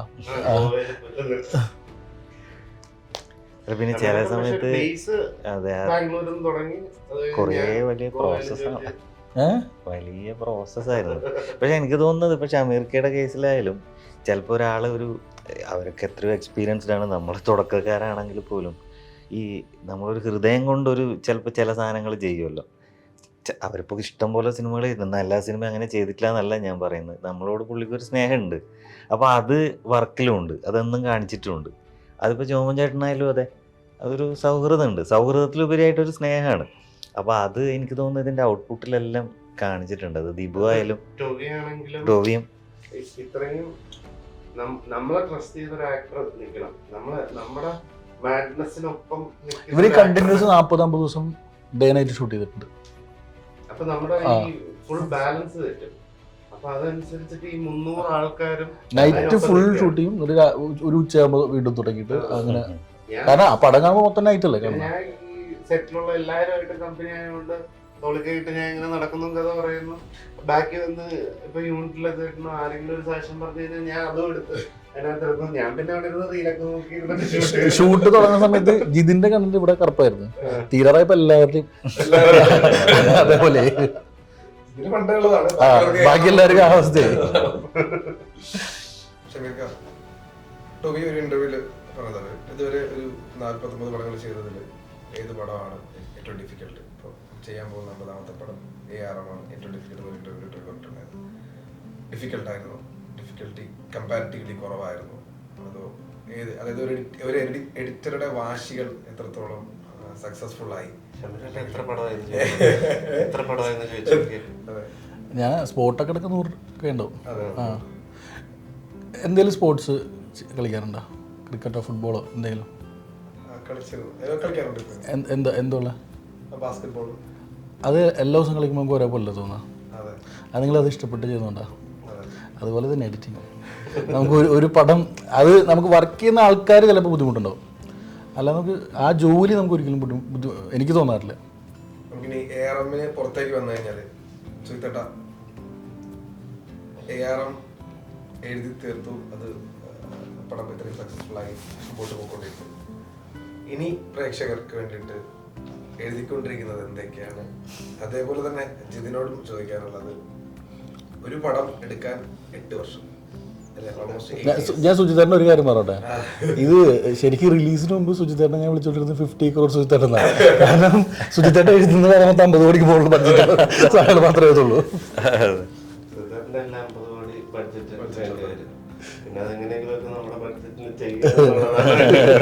ഉൽക്ക വന്ന് വീഴുന്നത് എഴുതി അത് ചെയ്യാനൊരു ഡയറക്ടർ, അത് ശരിക്കും പറഞ്ഞാൽ അത് സ്ക്രിപ്റ്റിൽ തന്നെ ആദ്യമേ ഉണ്ടായിരുന്നതാണോ? പിന്നെ പലതും നമ്മള് ചർച്ചകളിലൊക്കെ തന്നെയാണല്ലോ വരുന്നത്. ഉണ്ടായിരുന്നല്ലോ. അപ്പൊ ഞാൻ വിളിച്ചിട്ട് എന്റെ പറയുമ്പോ അത് ബേസിക്കലി അങ്ങനെ നമ്മൾ ഒരു റൈറ്ററിനോട് പറഞ്ഞിട്ട് നമ്മൾ വിചാരിക്കുന്നതിനനുസരിച്ചേക്ക് അത് എഴുതി വരെയും കൂടെ വേണം. അത് സുൽത്താൻ്റെ അടുത്ത് ഞാൻ എന്ത് കൊടുത്താലും ഇപ്പൊ അടുത്ത സാധനത്തിന്റെ ഭയങ്കര കുറച്ച് അങ്ങനെ വരാത്തൊരു കൈൻഡ് ഓഫ് പരിപാടിയാണ്. അല്ല, അത് നമ്മളെ സംബന്ധിച്ചിടത്തോളം എനിക്ക് തോന്നുന്നു അതിന് ഒരുപാട് റെഫറൻസ് എടുക്കേണ്ടി വരും. നമുക്ക് എഴുതുമ്പോൾ ഉള്ള ഒരു സ്ട്രെയിൻ എന്ന് വെച്ചാൽ സുൽത്താൻ ഭയങ്കര ഈ പറയുന്ന ഒരു റൂറൽ ഏരിയയിൽ നിന്ന് ബുക്കൊക്കെ വായിച്ച് അങ്ങനെ പോണ്ടി വരും. കാരണം നമ്മൾ കുറേ കൂടെ ഇറങ്ങുമ്പോഴാണ് നമുക്ക് ഭൈരവം പാട്ട് നമുക്ക് കിട്ടുന്നത്. അല്ലെങ്കിൽ നമ്മൾ അത് അങ്ങനെ ഒരു പാട്ട് നമ്മളെ ശ്രദ്ധയിൽ പെടണ്ടേ. അപ്പം നമ്മൾ റൂട്ടഡായിട്ട് പോകണം. അപ്പം നമുക്ക് നമ്മളെ ഫോക്ക് എന്ന് പറയുന്നത് അത്രയും ശക്തമാണ്. അത് ആരും എക്സ്പ്ലോർ ചെയ്തിട്ടില്ല. കാരണം ഐതിഹ്യമാലയുള്ള നാടാണ്. എത്ര പേരത് വായിച്ചിട്ടുണ്ടെന്ന് എനിക്കറിയില്ല എഴുതുന്നവരെ സംബന്ധിച്ചിടത്തോളം. കാരണം ഐതിഹ്യമാലയിലത്തെ ഓരോ കഥയും ഓരോ സിനിമയാണ് വേണമെങ്കിൽ. കാരണം അതിനെ ആ രീതിയിൽ ഇൻ്റർപ്രറ്റ് ചെയ്ത് കഴിഞ്ഞാൽ അത്രമാത്രം ഒരു ട്രഷറാണ് ഉള്ളത്. അപ്പോൾ അത്തരം ട്രഷറുകൾ, ഫോക്ക് കഥകൾ ഇഷ്ടം പോലെയുണ്ട്. പ്രത്യേകിച്ച് ഞാൻ വരുന്ന നോർത്ത് മലബാർ എന്ന് പറഞ്ഞ തെയ്യങ്ങളുടെയൊക്കെ ആയിരക്കണക്കിന് കഥകളാണ്. അതെല്ലാം ഈ വീര പോരാട്ടങ്ങളും പിന്നീട് വലിയ ചരിത്രങ്ങളായവരെ കഥകളൊക്കെയാണ്. അപ്പോൾ അത്തരം കഥകളിലാണ് നമ്മളും കേട്ട് വളർന്നതൊക്കെ. എങ്ങനെയാണ് ആ സ്ഥലത്തിരുന്നിട്ട് നമ്മൾ അടുത്തത് ചെയ്യുന്ന ഒരു ഏലിയൻ ഇതാണ്. അപ്പൊ അതിനകത്തുള്ള പല സാധനങ്ങളും എഴുതി വരുമ്പോഴത്തേക്ക് ഞാൻ തന്നെ ഇങ്ങനെ തലയിൽ വരുന്നു എന്നൊക്കെ ഉള്ള രീതിയിൽ ഇപ്പൊ ചോദിച്ചില്ലേ എത്ര എഴുതിണ്ടെന്ന്? ഇന്നലെ രാത്രി എഴുതിട്ട് ഇന്ന് രാവിലെ ഒരുപാട് കഥയുണ്ട്, ഒരുപാട് കഥയുണ്ട്. കഥകൾ ഇങ്ങനെ ആഗ്രഹത്തിന്റെ പുറത്ത് ചെയ്യുന്നു. അത് സിനിമയാവോ ആഗ്രഹമുണ്ട്. അപ്പം അന്നും എല്ലാ കാലത്തും സിനിമയോട് ഭയങ്കര താല്പര്യമുള്ളത് കൊണ്ടും നാടകങ്ങളൊക്കെ ചെയ്തുകൊണ്ടിരുന്നതാണ്. എഴുത്തുകാരോട് ഇപ്പൊ എഴുതാൻ ആഗ്രഹിക്കുന്ന ആൾക്കാർ കൂടി അവരോട് അറിയാൻ വേണ്ടി ചോദിക്കും. അതായത് നമ്മള് കളക്റ്റീവ് ആകുക എന്നുള്ളതാണ്. ഉറപ്പായിട്ടും 100%. നമ്മൾ ഈ വായിച്ചതും വായന ഉണ്ടാവണം എന്നാണ് എനിക്ക് തോന്നുന്നത്. വൊക്കാബുലറി കൺസ്ട്രക്ഷൻ ഉണ്ടല്ലോ, നമുക്ക് അക്ഷരങ്ങൾ ഉണ്ടാവണം എന്ന് എനിക്ക് തോന്നിയിട്ടുണ്ട് പലപ്പോഴും. ഇപ്പം ജോഷി സാറ് ഒരു തവണ ഇങ്ങനെ ഇരിക്കുന്ന സമയത്ത് പറഞ്ഞു, ഭയങ്കര നന്നായിട്ട് കഥ ചിലപ്പോൾ ഒരാൾ പറയും. അപ്പം ഞാൻ നന്നായിട്ടൊരു നറേറ്ററായിട്ട് എനിക്ക് തോന്നിയിട്ടില്ല. എനിക്ക് എൻ്റെ കഥകൾ എക്സ്പ്രസ് ചെയ്യുമ്പോൾ ചിലപ്പോൾ അത്രയും വരാറില്ല എന്നാണ് തോന്നിയിട്ടില്ല. ചില ആൾ ഭയങ്കര ഗംഭീരമായിട്ട് കഥ പറയും, പക്ഷെ കടലാസിലോട്ട് എത്തുമ്പോൾ ചിലപ്പോൾ അത് അത്ര കണ്ടിട്ടില്ല എന്ന് ജോഷി സാറ് പറയുന്നത് ഞാൻ കേട്ടിട്ടുണ്ട്. എന്നോട് ഒരു തവണ പറഞ്ഞിരുന്നു. അത് ഇപ്പോൾ ഈ വാചകങ്ങൾ എനിക്ക് തോന്നുന്നു വായനയിൽ കൂടെയാണ് കിട്ടേണ്ടതെന്ന് തോന്നിയിട്ടുണ്ട്. ഡയലോഗ്സ് എടുത്ത് നോക്കിയാലും ആ ഡയലോഗ്സിനകത്ത് കുറെ അങ്ങനെ നമ്മൾ സ്ഥിരം കേൾക്കുന്നതും അല്ല, പക്ഷെ അത് ഒരുപാട് നാടകീയതയും ആവാത്ത സാധനങ്ങളുണ്ട്. പക്ഷെ അത് കുക്ക് ചെയ്യും നമ്മളെ. ഇപ്പൊ ഇതിലുള്ള പല ആൾക്കാരും ഇപ്പൊ പറഞ്ഞു നടക്കുന്ന സാധനങ്ങളെല്ലാം സന്തോഷം. പിന്നെ രഘുനാഥ് പലേരി, പിന്നെ ഡെന്നിസ് ജോസഫ്, KG ജോർജിൻ്റെ സിനിമകളിലൊക്കെ ഇപ്പോൾ നമുക്കിപ്പോൾ ഏറ്റവും ലേറ്റസ്റ്റ് ഞാൻ ആരാധനയോടെയൊക്കെ അവരെയാണ് കാണുന്നത്. ഇപ്പോൾ ഏറ്റവും അവസാനം എന്നുള്ള ആ ലിസ്റ്റിലുള്ളത് ശ്യാം പുഷ്കരനൊക്കെയാണ്. ഭയങ്കര ക്യുർക്കിയായിട്ട് ഡയലോഗ് പറയുക എന്നുള്ളതാണ്. നമ്മൾ നെടുങ്കൻ ഡയലോഗുകൾ പറഞ്ഞിട്ട് നമുക്ക് വേണമെങ്കിൽ എക്സ്പ്രസീവ് ആവാം, പക്ഷെ എന്നാലും ഇപ്പോൾ ചാത്തൂട്ടി നമ്പ്യാരുമായിട്ട് മകളോട് പറയുന്ന ഒരു സീക്വൻസിൽ എന്നോട് നിസ്താർക്ക് ഷൂട്ട് ചെയ്യുന്ന സമയത്ത് പറഞ്ഞു, അതെനിക്ക് ഭയങ്കരമായിട്ട് ഇമ്പ്രസീവായിട്ട് തോന്നി. കാരണം വലിയൊരു ഹിസ്റ്ററി നമ്മൾ ചുരുക്കി പറയും. നിന്നെ കൊല്ലാനേ എനിക്ക് മടിയുള്ളൂ എന്ന് പറഞ്ഞാൽ അയാൾ എന്തും ചെയ്യും. മകളെ ചെയ്യില്ല, അപ്പുറത്തുള്ള ആളെ എന്ത് വേണമെങ്കിൽ അയാൾ ചെയ്യും എന്ന് പറയുന്നതിൽ അപ്പോൾ അത്തരം വാചകങ്ങൾ നമ്മൾ ഉപയോഗിക്കുക എന്നുള്ളതാണ്. അത് ചിലപ്പോൾ വായനയിലൂടെയൊക്കെ സാധിക്കുന്നതായിരിക്കാം. പിന്നെ അങ്ങനെയൊക്കെയുള്ള ഒരു ടീമിൽ നമ്മൾ എത്തിപ്പെടണം. ഇപ്പം നമുക്ക് അതിനുള്ള സ്വാതന്ത്ര്യം ജിതിന് തരുന്നു. അങ്ങനെ അതൊരു കാര്യമാണ്. 8 വർഷം കത്തിരിക്കേണ്ടി എല്ലാം നമ്മളിത് ഈ ആദ്യത്തെ സിനിമ നടക്കാൻ 8 വർഷം എടുക്കും എന്നുള്ളത് നമ്മൾ നേരത്തെ പ്രീ പ്ലാൻഡ് അല്ലല്ലോ. അടുത്തത് കുറച്ചുകൂടെ എളുപ്പമാണെന്നൊക്കെ നമ്മൾ എല്ലാവരും വിചാരിക്കും. മറ്റേ 100-150 കോടി രൂപ കളക്ട് ചെയ്തു, അപ്പോൾ അടുത്തത് പെട്ടെന്ന് നടക്കും. അങ്ങനെയല്ല, നമ്മളിപ്പോഴും സാധാരണ രീതിയിൽ തന്നെ നേരത്തെ ഉള്ള പോലെ തന്നെയാണ് നമ്മളെ ലൈഫ് സ്റ്റൈലും കാര്യങ്ങളും ഒക്കെ. ട്രാവൽ ചെയ്യുന്നുണ്ട്, അത് പണ്ടേ ഇഷ്ടമുള്ളത് കൊണ്ട് എങ്ങനെയെങ്കിലും ഒക്കെ ഈ പറയുന്ന വർക്ക്ഷോപ്പ് എന്നൊക്കെ പറഞ്ഞ് ഞാൻ ട്രാവൽ ചെയ്യുന്നുണ്ട്. അതിൻ്റെ ഒപ്പം തന്നെ സുഹൃത്തുക്കളിൽ ഇത് അയച്ചു തന്നപ്പോഴത്തേക്ക് ഞാൻ അതിൻ്റെ ബ്രെയിൻ സ്റ്റോമിങ് അല്ലെങ്കിൽ വർക്കിങ്ങിലാണ്. ഷമീറേട്ടനും അയച്ചു കൊടുത്തു. അതാണ് പരിപാടി എന്നുള്ളത്. ഇത് എനിക്ക് തോന്നുന്നു നമ്മളെക്കാളും ഈ കാര്യം, ഒന്നാമത് അത്ര ബന്ധങ്ങളൊക്കെ നമുക്ക് കുറവാണ്. അപ്പോൾ ഷമീർക്കയാണ് സത്യത്തിൽ എന്നെ പ്രോജക്റ്റ് ചെയ്തിട്ടുള്ളത് എനിക്ക് പലപ്പോഴും തോന്നിയിട്ടുണ്ട്. പല ഡയറക്ടേഴ്സിനോടും ഇന്നാളടുത്ത് സുഹിത്തേട്ടൻ ഇന്നാളടുത്ത് കഥയുണ്ട്, ഇന്ന കഥയുണ്ട് നമ്മളെ കൊണ്ടുപോകുന്ന പുള്ളിയാണ്. അല്ലാതെ എനിക്കങ്ങനെ ബന്ധങ്ങളൊന്നും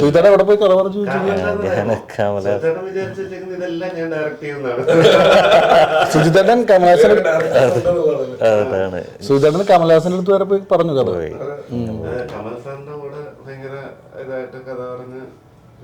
എൻ്റെ അടുത്ത് അൻപറി പറഞ്ഞതെന്ന് വെച്ചാൽ പുള്ളി കമൽ സാറിൻ്റെ അടുത്ത് കഥ പറയുമ്പോൾ പുള്ളി നമ്മളൊരു കാര്യം പറയുമ്പോൾ 10 കാര്യം കൊണ്ട് പറയുന്നത്. സുജിത്തേട്ടൻ്റെ കഥ കേട്ടപ്പോൾ ഒന്നും പറയാണ്ടിരുന്നു. ഭയങ്കര പേടിയായിരുന്നു. കാരണം ഏതൊരു യൂണിവേഴ്സിറ്റി ഒക്കെ അല്ലേ, നമ്മൾ പോയിട്ട് അതിൻ്റെ ഒരു അത്രയും വലിയൊരാളെ മുന്നിൽ ഇത് എങ്ങനെ പറയും. പക്ഷെ പുള്ളി എന്നോട് ഒന്ന് മലയാളത്തിൽ പറഞ്ഞാൽ മതി, ഒരു തരത്തിലും ടെൻഷൻ വേണ്ട, മലയാളത്തിൽ പറഞ്ഞാൽ മതി. പിന്നെ അപ്പോൾ ഈ അൻപറിവ് പറയുന്നുണ്ട്. കാരണം പറയുമ്പോൾ ഷമീർക്ക പറഞ്ഞതുപോലെ ഇങ്ങോട്ട് ഫീഡ്ബാക്കായിട്ട് പറയും. ഒരു കഥ നമ്മൾ തുടങ്ങി 5 കഥ പുള്ളി ഇങ്ങോട്ട് പറയുന്നതാണ് പറഞ്ഞത്.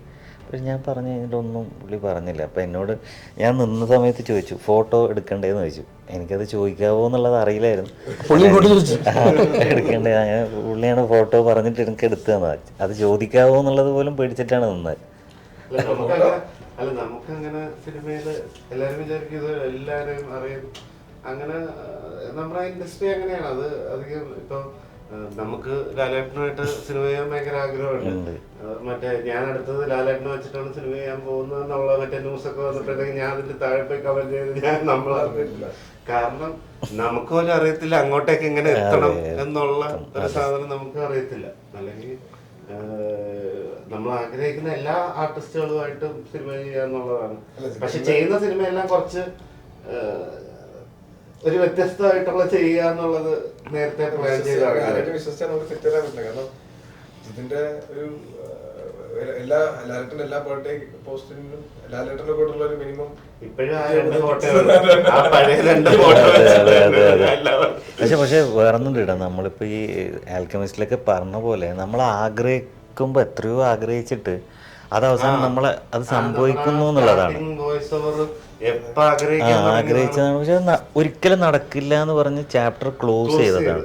എന്നിട്ട് ഇതിന്റെ ഫൈനൽ മിക്സ് നടക്കുമ്പോ വെറുതെ ഒരു രാജേട്ടന്റെ അടുത്ത് ഇങ്ങനെ പറയും. പല രീതിയിൽ നോക്കി നടന്നില്ല. ലാലേട്ടന്റെ വോയിസ് ഓവർ ഉണ്ടോ വല്ല വഴിയുണ്ടോ എന്ന് നമ്മൾ എന്ത് ചെയ്യുന്നു. പണ്ട് ഞാനിങ്ങനെ പല ആക്ടേഴ്സിന്റെ ഒക്കെ എഴുതിയൊക്കെ കൊടുത്തിട്ടുണ്ട്. ഇതൊക്കെയാണ് ഞാൻ ഉദ്ദേശിക്കുന്നത് എന്നൊക്കെ പറഞ്ഞിട്ട് ഓരോ ലാംഗ്വേജിൽ. അവസാനം നമ്മള് വിചാരിച്ച പോലെ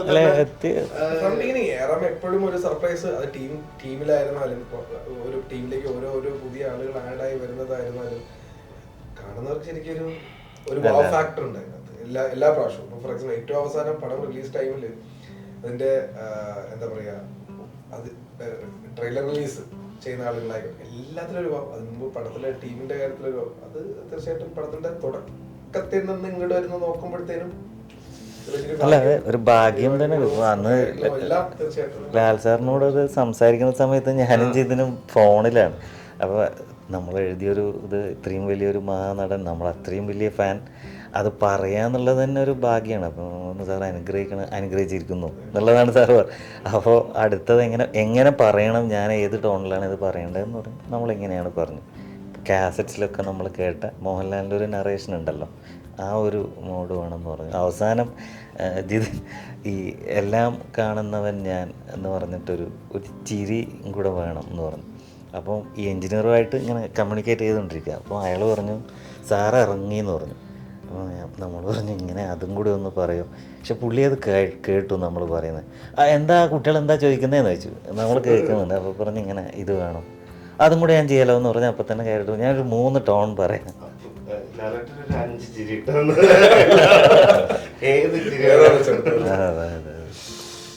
പക്ഷെ അത് ആ ലാസ്റ്റ് മിനിറ്റാണ് നമ്മൾ ആ മിക്സിന്റെ സമയത്താണ് ആ ലാസ്റ്റ് ഇത് ഫുൾ ബാക്ക് ചെയ്ത് വരുന്ന സമയത്ത് ക്രിയേറ്ററിന്റെ കണ്ണ് തുറക്കുന്നതിൽ നിന്നാണ് സിനിമ തുടങ്ങുന്നത്. സിനിമ എൻഡ് ചെയ്യുന്നത് കണ്ണടയ്ക്കുന്നതിലാണ്. അപ്പൊ ആ സമയത്ത് നേരത്തെ നമ്മളത് പ്ലാനില്ലായിരുന്നു. ഇങ്ങനൊരു സാധനം ലാലേട്ടന്റെ സൗണ്ട് കിട്ടിയത് കൊണ്ടാണ് നമ്മളത് എൻഡിലും അത് പ്ലേസ് ചെയ്തത്. അപ്പൊ ആ ഒരു പരിപാടി അപ്പൊ അവിടെ തിയേറ്ററിൽ അത് വർക്കായിട്ട് കൈയടിച്ച് പരിപാടി ഉണ്ടായിരുന്നു. ചിലതൊക്കെ സംഭവിച്ചു പോകുന്നു. എനിക്ക് തോന്നുന്നു ഞാൻ cinema first day first show കണ്ടോണ്ടിരിക്കുക എല്ലാവരും ടെൻഷൻ ഉണ്ടോ എന്നൊക്കെ ചോദിക്കുന്നുണ്ടെങ്കിലും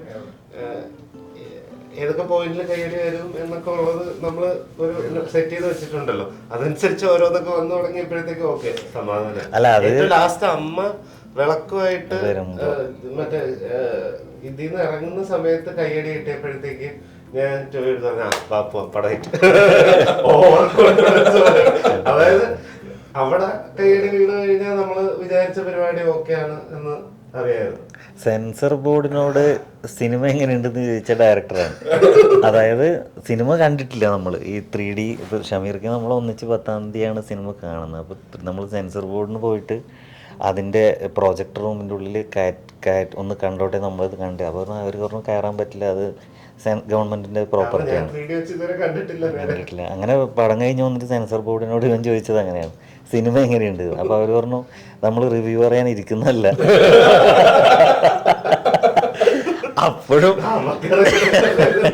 അപ്പോഴവർ വീണ്ടും ഇവൻ വീണ്ടും പിന്നെയും ചോദിക്കുന്നതാണ്, അല്ല എന്നാലും എങ്ങനെയുണ്ട് ഒന്ന്. അവരെന്ത് അവസാനം നോക്കാം, അല്ല ഇത് പറഞ്ഞിട്ട് കാര്യമില്ല, നമുക്ക് അടുത്ത മാറ്ററിലോട്ട് പോകാം. എന്നാൽ നമ്മൾ അതാണല്ലോ ആഗ്രഹിക്കുന്നത്, കാരണം ഇത്രയും വർഷത്തിൽ. എല്ലാരെയും ഹാപ്പി ആക്കി പറ്റും. അല്ലാതെ അതോടൊപ്പം കുട്ടികളെ മുതിർന്നവർ അതോടൊപ്പം തന്നെ അതെ ദേവന്മാരെയും അസുരന്മാരെയും. അല്ല നമ്മളത് പക്ഷെ ആ ഫസ്റ്റ് റെസ്പോൺസ് എന്ന് പറയുന്നത് ആ ഓപ്പറേറ്റർ തന്നെ ആയിരുന്നു കേട്ടോ. അയാൾ താഴെ വന്നിട്ട് അയാൾ പറയുകയും ചെയ്തു, പിന്നെ ഭയങ്കരമായിട്ട് ഇഷ്ടപ്പെട്ടു. അയാൾ സാധാരണ ഒരാൾ, പക്ഷെ അതാണ് നമുക്ക് ആദ്യം അവിടെ നിന്ന് കിട്ടുന്ന ഒരു ഫീഡ്ബാക്ക് എന്ന് പറയുന്നത്. അതൊക്കെ ഒരു അനുഭവം. ട്രഷറിലെ ആ ഒരു സീക്വൻസ് ഒക്കെ എന്ന് പറഞ്ഞു കഴിഞ്ഞാൽ കാണുന്ന ആൾക്കാരിൽ ഉണ്ടാക്കുന്ന ഒരു ത്രില്ലിംഗ് ഫീല്. അല്ല ഇതൊക്കെ നമ്മൾ ആദ്യ സിനിമയാകുമ്പോൾ നമുക്ക് എല്ലാ അനുഭവങ്ങളായിരിക്കുമല്ലോ. പക്ഷെ ഷമീർ ഖാൻ 100 സിനിമ ചെയ്ത് അവരെ സംബന്ധിച്ചിടത്തോളം ഇങ്ങനത്തെ എത്രയോ ആയിരക്കണക്കിന് എക്സ്പീരിയൻസിലൂടെ കടന്നുപോയവരായിരിക്കും. ഞാൻ ഭയങ്കര ഇന്ത്യാന ഫാനാണ്. അപ്പോൾ ഞാൻ ഇവിടെയൊക്കെ ഇങ്ങനെ ഇത് ഇന്ത്യാന നടിച്ചതല്ലേ, ഇത് അങ്ങനെ നമ്മള് ചുമ്മാ പിക്ക് ചെയ്ത് അതേപോലെ കോപ്പി പേസ്റ്റ് ചെയ്യുന്നതല്ല, ഇത് വർക്കാക്കി എടുക്കാൻ ഒരു പരിപാടിയുണ്ട്. അത് നമ്മള് ആ ഒരു നാച്ചുറൽ പ്രോസസ്സിലൂടെ ആ ഫിലിം മേക്കിങ്ങിന്റെ ഒരു മാജിക് അവിടെ നമ്മളും കാണുന്നത് അങ്ങനെയാണ്. ഇതെല്ലാം ആയി വരുമ്പോഴത്തേക്കാണല്ലോ നമുക്കും ഓക്കെ നമ്മൾ വിചാരിച്ച പോലെ പരിപാടി വന്നിട്ടുണ്ടെന്ന് കിട്ടുന്നത്. അപ്പോൾ ഈ നമുക്കിഷ്ടമുള്ള സാധനങ്ങൾ തന്നെയാണ് അതിനകത്തേക്ക് ഓരോന്ന് ഫിക്സ് ചെയ്ത് വച്ചേക്കുന്നത്. ഇത്രയും വർഷം കാത്തിരുന്ന ഈ ഒരു ട്രിപ്പിൾ റോൾ ചെയ്തതിൽ ഒരു ടോബിയുടെ ഒരു ഫോട്ടോ, അതല്ലെങ്കിൽ ടോബിയുടെ ഒരു പാർട്ട് എത്രത്തോളം? അല്ല ബേസിക്കലി ഈ പറയുന്ന ഒരു 50ാമത്തെ സിനിമ ആവുമെന്ന് നമ്മൾ ഒരിക്കലും പ്രതീക്ഷിച്ചില്ല. പക്ഷെ 50ാമത്തെ സിനിമ തന്നെ ടോബിയുടെ കരിയറിൽ ഏറ്റവും വലിയൊരു ഹിറ്റ് കൊടുക്കാൻ പറ്റിയതിൽ നമ്മൾ സാറ്റിസ്ഫൈഡ് ആണ്. അല്ലെങ്കിൽ നമ്മൾ ആ ഒരു ഇപ്പൊ ഞാനും ടോബിയായിട്ടൊരു 10 വർഷം, ആ 10 ഇയർ സൈക്കിൾ അവിടെ കംപ്ലീഷൻ ഇതിനായിരുന്നു എന്ന് നമുക്ക് മനസ്സിലായി. അത്രയും നാള് ടോബി നമ്മുടെ ഒപ്പം ഉണ്ടായിരുന്നു.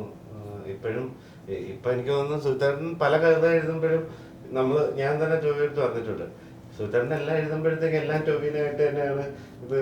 അതൊരു വലിയ ബുദ്ധിമുട്ടാണത്. കാരണം നമ്മളൊരു അഡിക്ഷൻ എന്ന് പറഞ്ഞതുപോലെയൊക്കെ സംഭവിച്ചു. അവനോടുള്ളൊരു ഇഷ്ടമുണ്ട്, നമ്മളെ കഥാപാത്രം ചെയ്തതും അതിനു വേണ്ടി ഇട്ട എഫേർട്ട് വന്നിട്ട്. അപ്പം ഉദാഹരണം ഞാൻ പറഞ്ഞ പോലെ നമുക്കിപ്പോൾ ഈ രക്ഷാധികാരി ബൈജു എന്ന് പറഞ്ഞ പോലെയാണ് ഷമീർക്ക് ഈ സിനിമയ്ക്ക് വേണ്ടി നിന്ന്. അതുപോലെ മറ്റൊരു രക്ഷാധികാരി ഒപ്പ് ടോവിനോ എന്ന് പറഞ്ഞ നടനാണ്. തുടക്കം മുതൽ നമ്മുടെ എല്ലാ പ്രോസസ്സിലും എല്ലാത്തിലും എന്തിലും ഏതിലും പേഴ്സണൽ കാര്യങ്ങൾക്ക് പോലും ഇടപെട്ട് മറ്റൊരു തീർച്ചയായും. പക്ഷെ 49 സിനിമയിലും ഇത്രയും പണിയെടുത്തിട്ടുണ്ടോ എന്ന് ചോദിച്ചാൽ ഒരിക്കലും ഉണ്ടാവില്ല. പക്ഷെ അതിനു വേണ്ടി 3 ക്യാരക്ടറും കൂടി സ്ക്രീനിൽ മൊത്തം ഉണ്ടല്ലോ. അല്ല അത് നമ്മള് കാണുമ്പോഴത്തേക്കും ഭയങ്കര ഈസി ആയിട്ട് തോന്നും. അങ്ങനെ ടൊവിനോ ഒരു വീടെടുത്ത് അവിടെ ഒരു കളരി ആശാനെ കൊണ്ടുവന്ന് വെച്ച് അതിന്റെ ബാക്കിൽ കണ്ടിന്യൂസ് പ്രാക്ടീസ് ചെയ്തിട്ടൊക്കെ ഇപ്പൊ അത് കണ്ടിന്യൂ ചെയ്യുന്നുണ്ട്. അല്ല പിന്നെന്ന് വെച്ചാൽ 3 കഥാപാത്രങ്ങൾ ഇപ്പം മണിയനെ ആൾക്കാർ ഭയങ്കരമായിട്ട് വാഴ്ത്തി പറയുന്നു, മണിയൻ എക്സെപ്ഷനിലാണ്, സത്യമാണ്. അതായത് അതൊരു നടൻ ഇങ്ങനെ പരകായ പ്രവേശം നടത്തുന്നൊക്കെ പറഞ്ഞ പോലെ ടോവിനോന്റെ ഒരു സ്പാർക്ക് എവിടെയും കാണാനുണ്ടാവില്ല അതിൽ എന്ന് പറയുന്നത്. ചെറുതായിട്ട് പാടിക്കഴിഞ്ഞാൽ കയ്യിൽ നിന്ന് പോയാണ് സാധനം, സത്യമായിട്ടും ഭയങ്കരമായിട്ട് കയ്യിൽ നിന്ന് പോയി. കാരണം അത് കണ്ടിട്ടുള്ള ടോവിനെ അല്ല, പക്ഷെ നമുക്ക് മണിയൻ ചില സീനിലൊക്കെ ഞരമ്പൊക്കെ ഇങ്ങനെ നിൽക്കുന്നത് ഭയങ്കര ബോഡി ലാംഗ്വേജും പിന്നെ. പക്ഷെ അത് നമ്മുടെ ഷൂട്ടിൽ പല സന്ദർഭങ്ങളിലും അത് നമുക്ക് ഫീൽ ചെയ്തിരുന്നതാണ്. അതായത് അജയനിലോട്ട് സത്യത്തിൽ പേഴ്സണൽ ഫേവറേറ്റ് എന്ന് പറയുന്നത് അജയനാണ്. അത് ടോബി അതിഭീകരമായിട്ട് പെർഫോം ചെയ്തിട്ടുണ്ട്. അണ്ടർപ്ലേ ചെയ്യുക എന്നുള്ളതാണ് അത് ത്രൂ ഔട്ട് ആ ക്യാരക്ടർ. പല സന്ദർഭങ്ങളിലും ഈ മണിയൻ്റെ ശരീരഭാഷ ഈ അജയനിൽ വന്നിട്ടുണ്ട്. നമുക്ക് പല സ്ഥലത്തും നമുക്ക് നോട്ടീസ് ചെയ്തിട്ടുണ്ട്. അപ്പോൾ അത് ചോദിക്കുമ്പോൾ ടോവിക്കും അറിയാതെ സംഭവിച്ചു എന്നാണ് ടോവിയും പറയുന്നത്. അങ്ങനെ പല സീക്വൻസിൽ ഇപ്പോൾ ഫൈറ്റിലൊക്കെ നമുക്കത് എവിഡൻ്റ് ആണ് ആ സാധനം, ഡിഫറൻഷിയേഷൻ നമുക്ക് കണ്ടു കഴിഞ്ഞാൽ. അപ്പോൾ അത് ഒരു നടൻ്റെ വലിയ ത്യാഗം എന്ന് പറയുന്നത് അതിൽ സംഭവിച്ചു തന്നെയാണ്. ട്രാൻസ്ഫോർമേഷനാണ് ടോവി എവിടെ നിന്ന് തുടങ്ങി ഈ പറയുന്ന 50ാമത്തെ സിനിമ എത്തി നിൽക്കുമ്പോഴത്തേക്ക് ആസ് എൻ ആക്ടർ എത്ര ഇവോൾവ് ആയി എന്നതിൻ്റെ ഒരു, അതായത് ഞാൻ എപ്പോഴും ഇടയ്ക്ക് പറഞ്ഞിട്ടുണ്ട്, അതായത് ടോവി ഇനി അറിയുന്നത് ബിഫോർ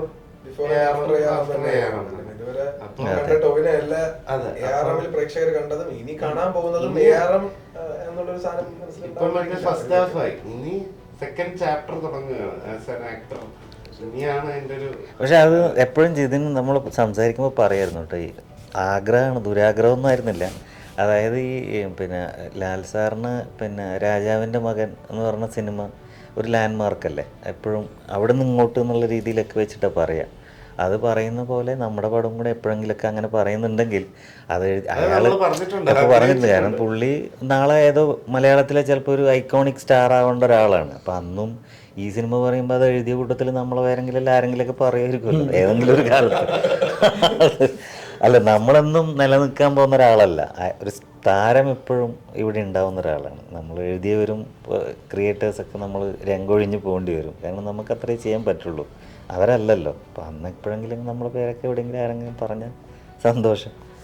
തീർച്ചയായിട്ടും അടുത്ത പടത്തിന്റെ കൂടുതൽ ഡീറ്റെയിൽ ഏലിയൻ മിഷനാണ് പക്ഷെ ഉൽക്ക വന്നപ്പോൾ ഇത്രയും പ്രതീക്ഷയില്ല, അമിത പ്രതീക്ഷയാവാതെ തന്നെ ഇതൊരു ഈ ഒരു ടീമിന്റെ കാര്യത്തിൽ തീർച്ചയായിട്ടും പ്രേക്ഷകർക്കും ഈ ഒരു അമിത പ്രതീക്ഷ എന്നൊരു സംഭവം ഇല്ല. കാരണം പറഞ്ഞു കഴിഞ്ഞാൽ സമയമെടുത്തായിരുന്നാലും പ്രിപ്പയർ ചെയ്തിട്ടായിരുന്നാലും നല്ലൊരു ടീം വെച്ചിട്ടായിരുന്നാലും എക്സിക്യൂട്ട് ചെയ്യുന്നുള്ള കാര്യത്തിൽ തീർച്ചയായിട്ടും പ്രേക്ഷകർക്ക് ഒരു കോൺഫിഡൻസ് തന്നിട്ടുണ്ടെന്നുള്ള സംശയമില്ല. അതുപോലെ ARM പോലെ തന്നെ ARMനെക്കാട്ടി കുറച്ച് വലിയ പരിപാടിയാണ്, നമ്മള് ഡൈജസ്റ്റ് ആവാൻ പാടുള്ള സാധനമാണ്. പക്ഷെ അത് വളരെ ഒരു സാധാരണ ആൾക്കാർക്ക് മനസ്സിലാവുന്ന രീതിയിലാണ് അതൊരു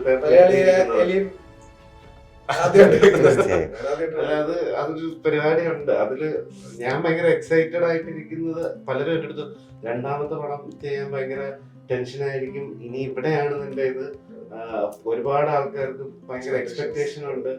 അപ്പോഴും എന്റെ കോൺഫിഡൻസ് സുൽത്താന്റെ എഴുത്ത്. അപ്പൊ സുൽത്താന്റെ എഴുതി വെച്ചേക്കുന്ന ഒരു പരിപാടി, അത് ഞാൻ എന്റെ നേരത്തെ പറഞ്ഞ പോലത്തെ എന്റെ വട്ട് എങ്ങനെ ഞാൻ ചെയ്യുന്നു എന്നുള്ളതില് ഞാൻ തന്നെ എക്സൈറ്റഡ് ആയിട്ട് ഇരിക്കുകയാണ്. അതൊരു ഭയങ്കര അടിപൊളി പരിപാടിയാണ്. അത് ഈ പറയുന്ന അത് എത്രയും പെട്ടെന്ന് തുടങ്ങാൻ വേണ്ടി ഞാൻ കാത്തിരിക്കുകയാണ്. കൂടുതൽ വിവരം ഷെയർ ചെയ്യാനുള്ള സ്റ്റേജ് ആയിട്ടുണ്ട്, അടുത്ത ഇന്റർവ്യൂല് അതിനായിട്ട് കാത്തിരിക്കുന്നു. സന്തോഷം. ഒരുപാട് സന്തോഷമുണ്ട്. Thank you so much.